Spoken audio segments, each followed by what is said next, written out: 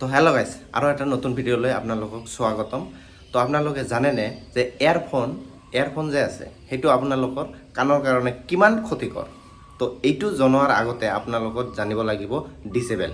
তো 70 ডিচেবল পৰ্যন্ত আপোনাৰ কাণৰ কাৰণে সিমান মানে কি ক্ষতি নহয়, কিন্তু 70ৰ পৰা 90 যিটো মানে ডিচেবল আছে সেইটো আপোনালোকৰ বহুত টাইম শুনি থাকিলে, যেতিয়া লাউড স্পিকাৰেৰে আপুনি 70ৰ পৰা 90 ডিচেবলৰ সাউণ্ড শুনি থাকিব, তেতিয়া আপোনাৰ কাণত প্ৰব্লেম আহিব। কিন্তু 100ৰ ওপৰৰ যিটো সাউণ্ড সেইটো শুনিলে আপোনাৰ কাণ নষ্ট হ'ব পাৰে মানে কি নষ্ট হ'ব। কিন্তু 100 ডিচেবলৰ সাউণ্ডটো কিমান সেইটো আপোনাক বুজাৰ কাৰণে এই আকাশত যে উৰে জেটটোৰ সাউণ্ড 140 ডিচেবল। তো সেইটোৰ লগত মানে মিলাই চাব যে 100 ডিচেবল কিমান হ'ব। তাৰ আধা জেটৰ আধা শুনিলে কিছু সময়ৰ কাৰণে শুনিলে প্ৰব্লেম নাই, কিন্তু তাতকৈ বেছি শুনিলে 8 ঘণ্টা 9 ঘণ্টা শুনিলে বেছি সাউণ্ড দি, তেতিয়াহ'লে আপোনাৰ কাণৰ কাৰণে বহুত ক্ষতিকৰ।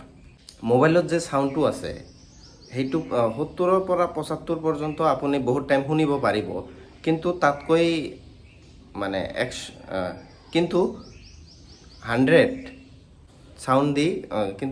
সাউণ্ড দি শুনি থাকিলে বহুত টাইমৰ কাৰণে সেইটো আপোনাৰ কাণৰ কাৰণে ক্ষতিকৰ।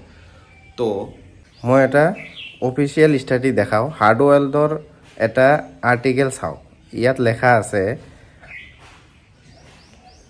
হাৰ্ডৱেল্ডৰ এই ষ্টাডিত স্পষ্ট লিখা আছে 70 ডিচেবলত sound unlikely to cause any significant damage to the ears, মানে ক্ষতিকৰ নহয় বেছি,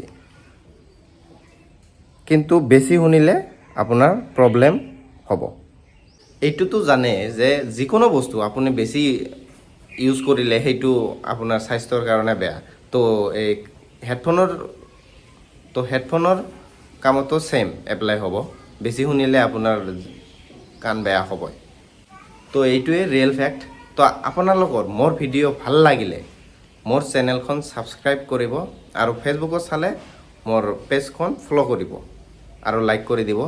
তো আপোনালোকৰ তো এইখিনিয়ে মোৰ ভিডিঅ'।